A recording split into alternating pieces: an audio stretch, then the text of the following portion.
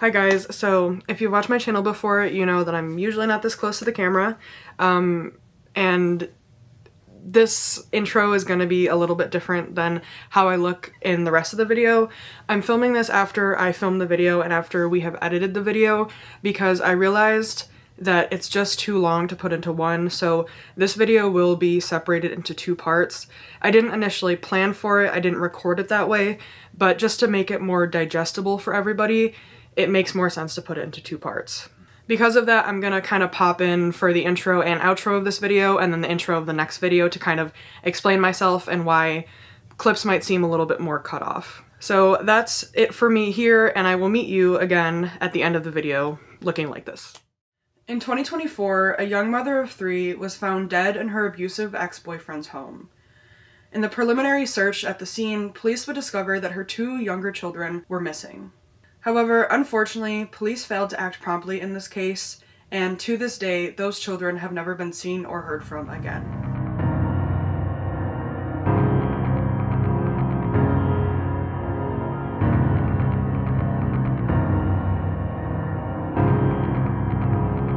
Hi everyone, and welcome back to Vanished Memories, a channel dedicated to getting out lesser-known true crime and missing persons cases. My name is Brianna, and today we take a look into the case of 28-year-old Angelica Bravo, a young mother of 3 who was just 28 years old at the time of her death on July 8th, 2024 in Sacramento, California. After her death, it was realized that her 2 youngest children, 3-year-old Athena Lee and 2-year-old Mateo Lee, were taken. To this day, the children have never been seen or heard from again. If you are interested in this type of content, please do subscribe, as I put out new videos like this every Wednesday. Now, before I get into this case, I do just want to give a brief content warning. In today's case, I will be discussing domestic violence and the cycle of domestic violence that surrounded Angelica Bravo before her death. It is theorized that Angelica could have died as a result of this cycle. Additionally, this case revolves around the abduction of 2 young children. Viewer discretion is, of course, advised. So this case is a little bit more high profile than the other cases that I've chosen to cover on my channel, but I chose to cover this for 2 reasons, really.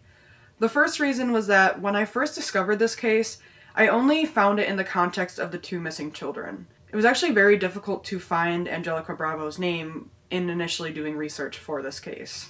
A lot of media outlets failed to recognize who Angelica was in her life before her death. So for that reason, I felt compelled to share her story in full. My second reason for covering this case is how the police chose to handle this case. You'll see throughout it that they make a lot of interesting decisions that are honestly just very frustrating. So I wanted to highlight these decisions and kind of debunk some of the statements that the police make. You'll see kind of what I mean as we get into this video. So without further ado, let's get into this case, starting with Angelica Bravo. Angelica Bravo was born on April 13th, 1996 in Sacramento, California, to her mother, Dawn Bodea, and her father, Philip Bravo. Angelica grew up in a relatively large family with 3 brothers and 2 sisters. Her sisters' names are Cecilia and Lumina, and her brothers are Gilbert, Isaac, and Mateo. Though we do know that Mateo actually died before this case took place. Angelica grew up in Elk Grove, California, a city which is in Sacramento County, California, and just south of Sacramento itself. Angelica's grandfather, Gilbert Bravo, had described Angelica in her childhood as a firecracker. Other relatives within her family would describe her as someone who loved her family fiercely yet tenderly, often volunteering to help them get tasks done and even helping out with other family members. And this was especially apparent with her younger brother Gilbert, who was born when she was just 10 years old. Angelica would immediately step into a more maternal role for her younger half-brother Gilbert, who at the time did not have an actual maternal figure himself. At that young age as well, Angelica also was known to be a very big animal lover, and actually had a goal to run a turtle sanctuary when she retired later in life. She also was known to have a strong sense of humor, and was very kind, and you could often find her watching movies in her home, or find her on the sidelines of her brother's soccer games. Angelica also played soccer herself when she was younger, and she was known to be a very good goalie. She had helped her team in her younger years win numerous tournaments. It is very evident that Angelica was very close to her family, with everyone from her mother to her siblings to her cousins having stories and just good things to say about her. Her brother Gilbert would report to newspapers after this case took place that Angelica would always put others before herself. He was quoted as saying, "Even when things were hard for her, she always found a way, especially for me, to make us happy. She took care of her kids, but she took care of everyone. She was the person you would always want to be around, even when you're not in the mood. She would brighten up the rooms when chaos was going on." Angelica would face some adversity in her life, though, when she actually fell pregnant with their first daughter, Natalia, and gave birth to her at the age of just 16 in 2012. Even though she was a young mother, Angelica did everything that she could to provide for Natalia growing up. And her sister, Cecilia, would say, "It did not matter what my sister was going through. Her kids always came first." Even though Angelica was a young single mother, she would persevere and graduate high school on time at the age of 18 in 2014. Immediately after her graduation, Angelica would enroll in the Mixed Institute of Cosmetology and Barber in Sacramento, California. There, she would pursue her license as a cosmetologist in order to provide for both her and her young daughter. Her mother, Dawn, would say that hair had always been a passion for Angelica, recalling times in her childhood when she would go and do and redo Angelica's hair until Angelica deemed it perfect. And when Angelica and Cecilia were teenagers, Cecilia recalled how Angelica was very fascinated by her dyeing her hair, and this led her to actually take special interest in learning about color theory and taking color classes while she was enrolled at Mixed Institute. Angelica would obtain her license in cosmetology, and then she would land a job at Ulta where she worked as a hair and makeup stylist. Shortly after this, Angelica would start to do independent contractor work, doing hair and makeup for fashion shows and hair shows. Later, she would work at a salon called Textures Salon, where she would start to hone in on her color theory work and really just hone in on her artist work in general. After this, Angelica would take on a teaching role, becoming an instructor for Frederico's Beauty Institute. Only about 3 months before Angelica would die, she would return to the Mixed Institute in order to become an instructor, so kind of full circle for her. The owner of the institute in the aftermath of this case would recall that Angelica was a very skilled instructor who pushed her students to be the best version of themselves. She would often write inspirational quotes on whiteboards or slips of paper and actually share them with the group during lessons or gatherings within the institute. Unfortunately, at some point during the course of Angelica raising her daughter Natalia and building her career as a cosmetologist, she would go on to meet a very abusive man named Camron Lee. Camron is about 11 years older than Angelica, making him between 38 and 39 at the time of this case, with his birth date being either June or July 29th, 1985. It's not confirmed which one of those months is more accurate. I will, of course, delve a little bit more into Camron later, but I just wanted to stay on the timeline and talk more about Angelica's story at this point. So we don't know exactly when Camron and Angelica met, but like I said, we do know that Camron was known to be very abusive towards Angelica. Their relationship was described as being basically an on and off again relationship, with Angelica's mother Dawn recalling times when she would see her daughter kind of pulling away from the extended family in order to hide bruises on her arms and her face. And on other days, she would be the one initiating all the talking in group chats and calling and texting friends and families, trying to get everyone together. Angelica would have 2 children with Camron Lee. She would first have her daughter Athena on July 26, 2020, and then her son Mateo on January 31st, 2022. In the first few years of the children's lives, Angelica tried desperately to make her relationship with their father, Camron, work. She lived with him at a home on Didcot Circle in Sacramento, California. But of course, we know that Camron was very abusive. And even though Angelica had actually expressed worry about tearing the family apart if she had left Camron, she knew that the best solution, the safest solution, would be to leave him and take the kids with her. Around the time that Angelica had started to work as an instructor at the Mixed Institute, so around April of 2024, her family would recall that it seemed that she had left the relationship with Camron for good. Angelica had actually moved out of the home on Didcot Circle and decided to move in her own home in southern Sacramento. This home was closer to her cousin Gina's home, as well as her mother Dawn and her younger sister Lumina's home. Her mother Dawn would describe being so overjoyed at hearing that her daughter had finally left this very tumultuous relationship. She would say, So when she got the apartment, I was just overjoyed. I had been praying and praying and praying that she would get out of that situation for so long, and when she finally got out, it was like, thank God, this is the start of her new life. However, even though the family knew that Angelica was making steps towards independence from Camron, they would recall that in the weeks leading up to her murder, she seemed a lot more fearful and kind of withdrawn when near the family.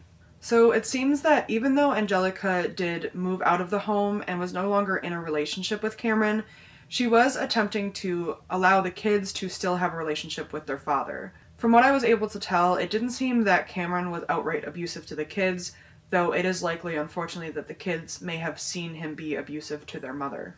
So in trying to allow for Camron and the kids to still have a good relationship, Angelica would occasionally drop them off to their father's house on Didcot Circle. However, we know that in one of these drop-off instances before Angelica's death, Angelica had actually confided in her mother Dawn that Camron had actually beat her while she was there, taking away her phone and her keys so that she was not able to leave or call for help.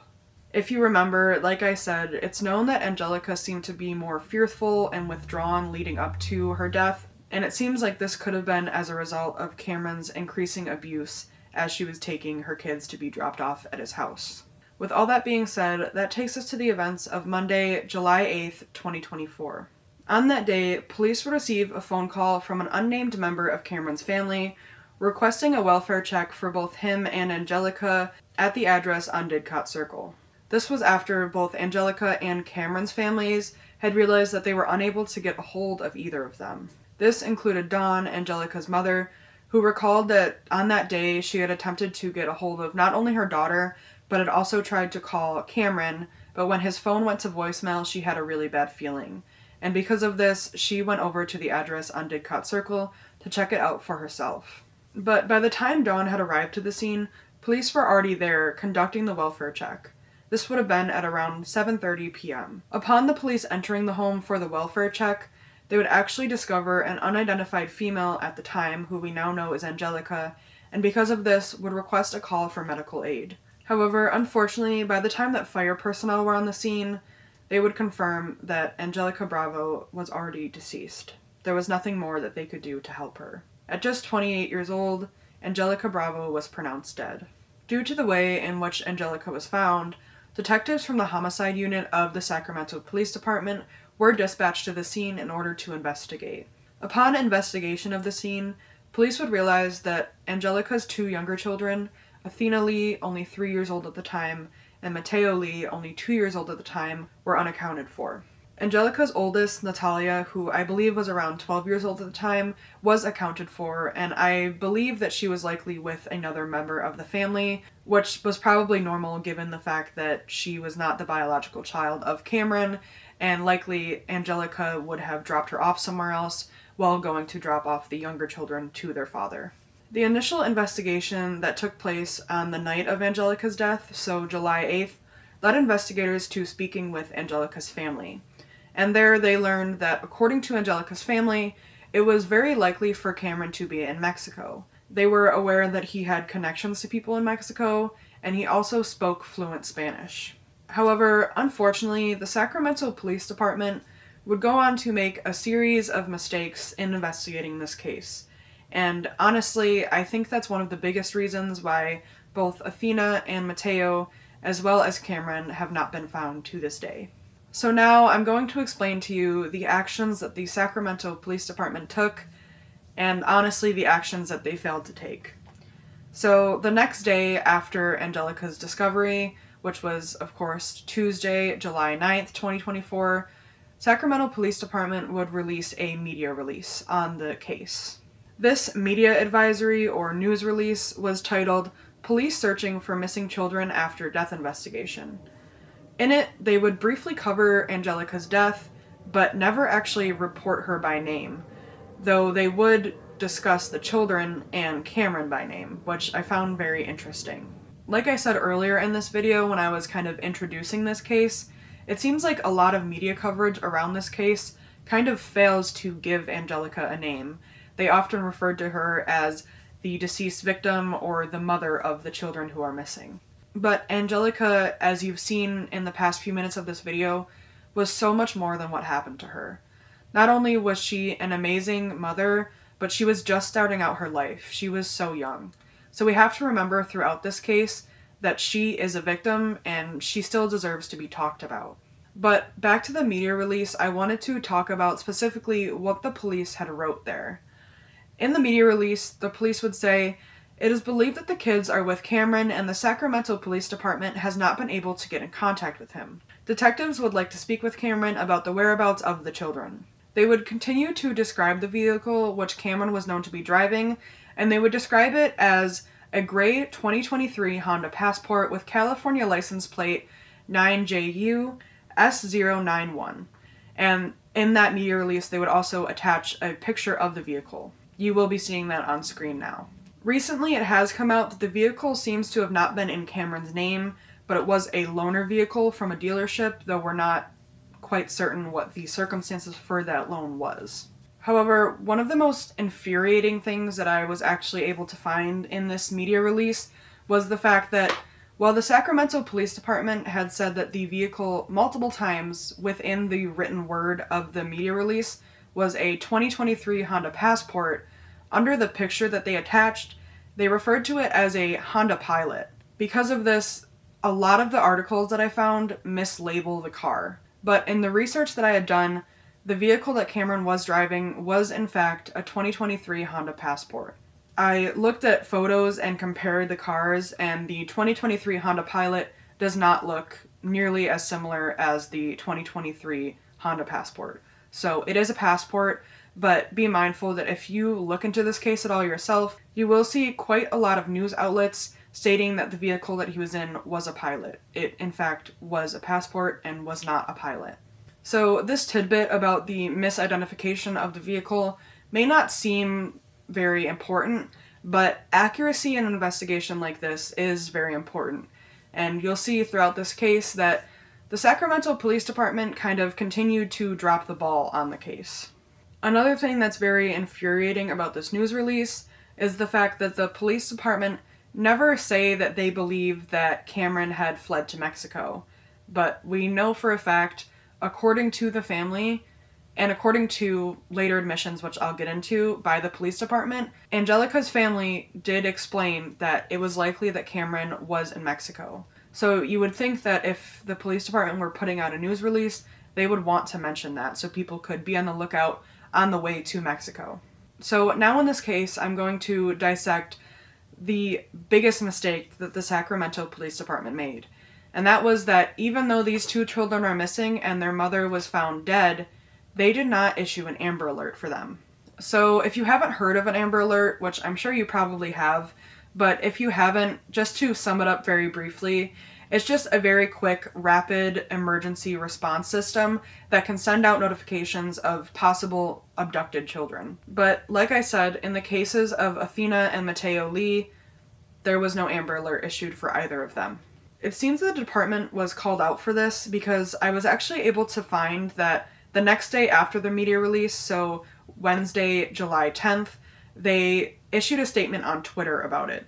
In this statement, they posted a photo of the original media release with some additional information, which reads as follows. Update: locating Athena and Mateo are a top priority for the Sacramento Police Department. We will be using every resource we have and working with our federal, state, and local law enforcement partners to locate these children. Athena and Mateo have been added into the Missing and Unidentified Persons System, MUPS, and this information has been shared by the California Department of Justice. Our investigation has led us to know that the 2023 Honda Passport entered Mexico. Because of this, criteria for Amber Alert is not met. We are working with our law enforcement partners and the media to share this information as widely as we can. So as you can see from what I've just read, and it was on screen right then, police stated that their investigation led them to the knowledge that Camron's vehicle had crossed the border into Mexico, meaning that likely the children were also in Mexico. As a reminder, this information was literally already fed to the police department by Angelica's family, who said that they were pretty certain that he would be fleeing to Mexico.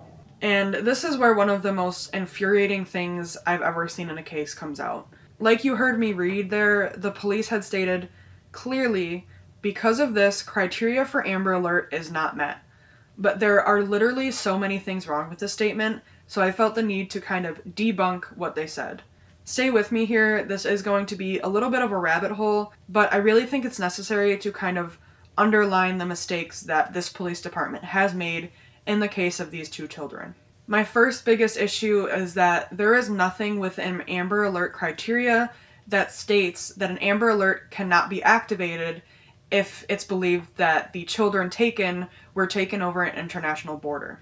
In fact, over the past few years, there have been numerous forums and symposiums between both the US and Mexico, as well as other countries like Canada, where leaders express the importance of activating Amber Alerts even if there are international boundaries, and for those other international partners to be forthcoming with information that they have regarding Amber Alerts. Specifically, in one of these conferences in 2016, Senior Resident Legal Advisor Ray Gattinella of the U.S. Department of Justice's Office of Prosecutorial Assistance and Training told Amber Alert coordinators in Mexico City, "We currently have 75 open abduction cases from the United States to Mexico and 183 open cases from Mexico to the United States. So it makes sense that our countries would continue the collaboration on Amber Alert we started 4 years ago and began coordinating on potential cross-border and interstate missing children's cases." Now, I am aware that in the years since these conferences, politics within the countries, of course, could cause some disruption with that, but we know that still, in many capacities, the US and Mexico are collaborative, especially when it comes to cases of missing children. Just in September 2025, so very recently, I actually was able to find a conference where someone within the United States Secretary of State would state that the security cooperation between the United States and Mexico is the closest we have ever had, maybe with any country. I know that this kind of can sound like a tangent, but I just thought it was very important to highlight the fact that even though there's a lot of political issues between both countries, there is still a common ground between them. And one of those common grounds has to be finding these missing children. So that's one strike in the Amber Alert issue. But I want to read you word for word the criteria of Amber Alert in accordance to California law. And California, again, is where this case takes place. I will also have it on screen if you would like to follow along, but here are the criteria listed out. In order for an Amber Alert to be activated, the following criteria must be met. Number 1, confirmation that an abduction had occurred or a child was taken by anyone, including but not limited to a custodial parent or guardian. Number 2, the victim is 17 years of age or younger, or an individual with a proven mental or physical disability. Number 3, the victim is in imminent danger of serious bodily injury or death.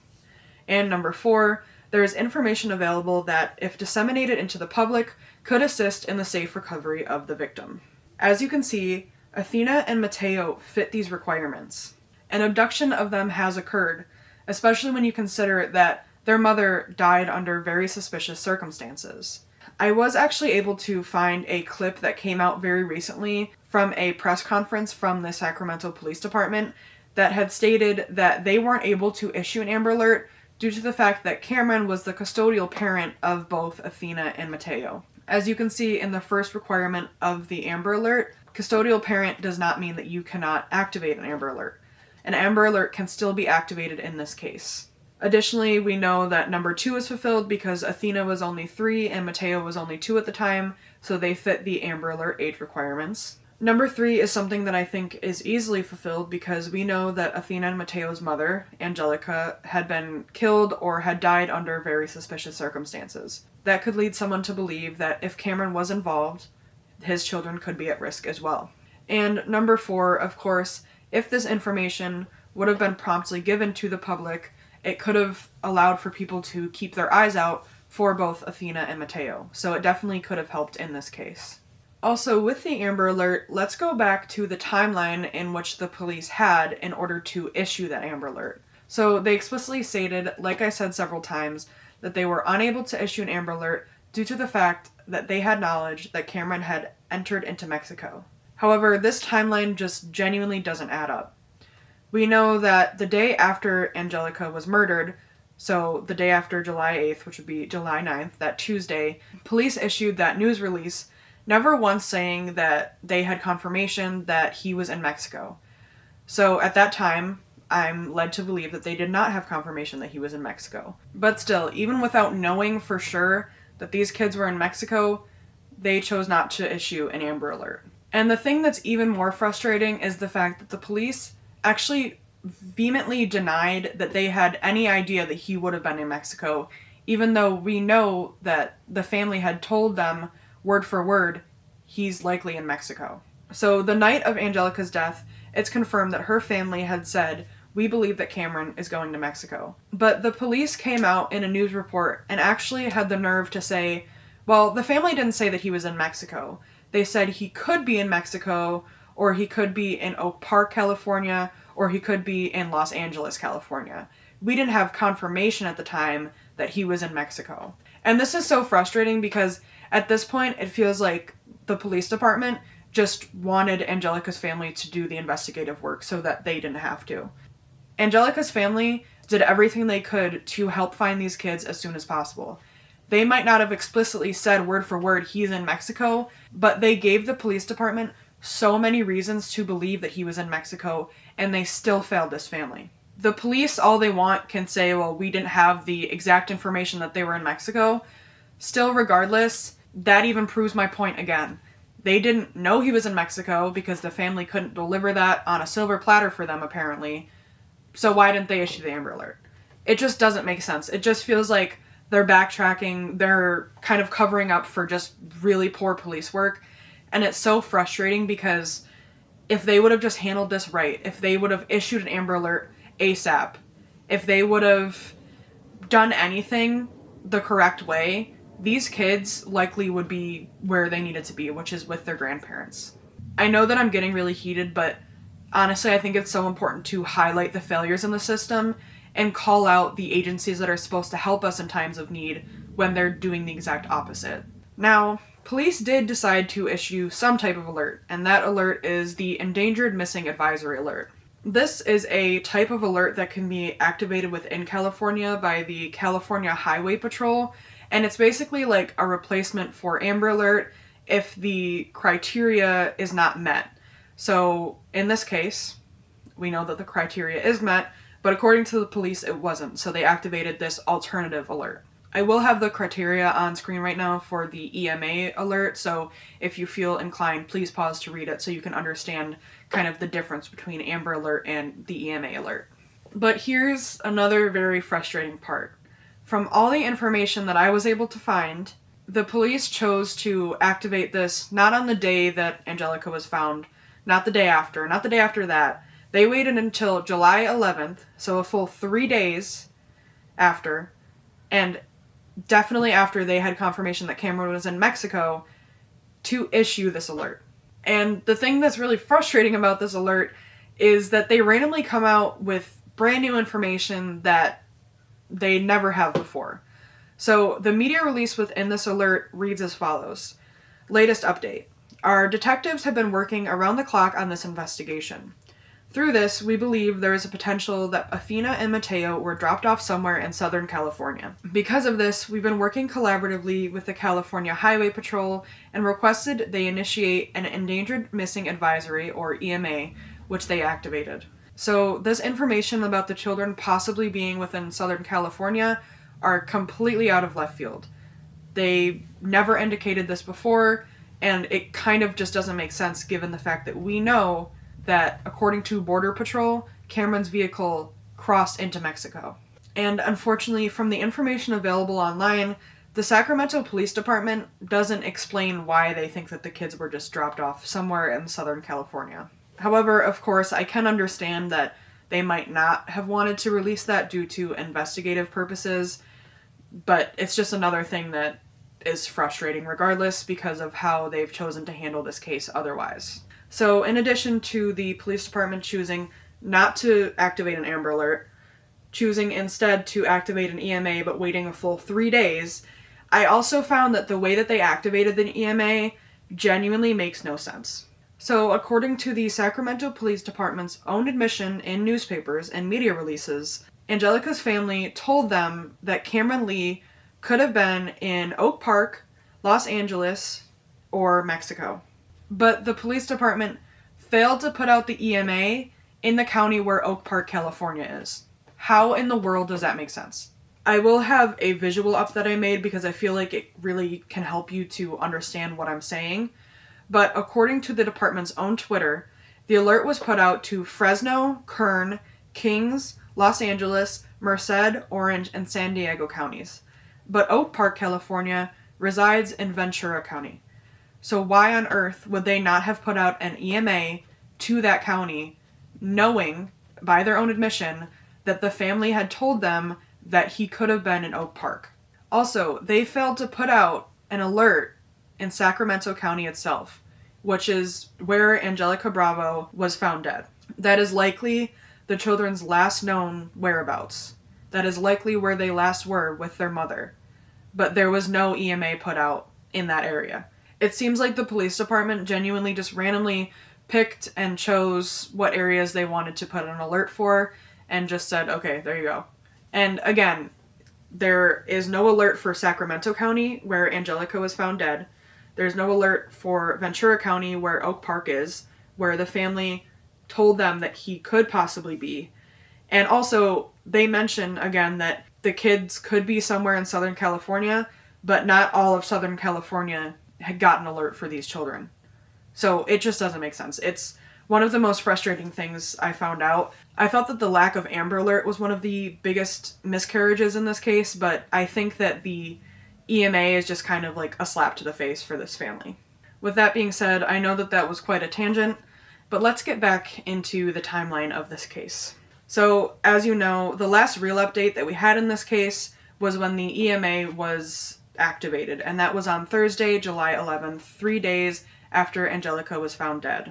After this, we really don't get an update until July 19th, when police come out with the information that the 2023 Honda Passport that Camron was driving was found abandoned in Ensenada, Mexico.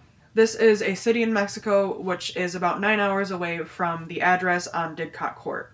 All we know in this is that the vehicle was found unoccupied.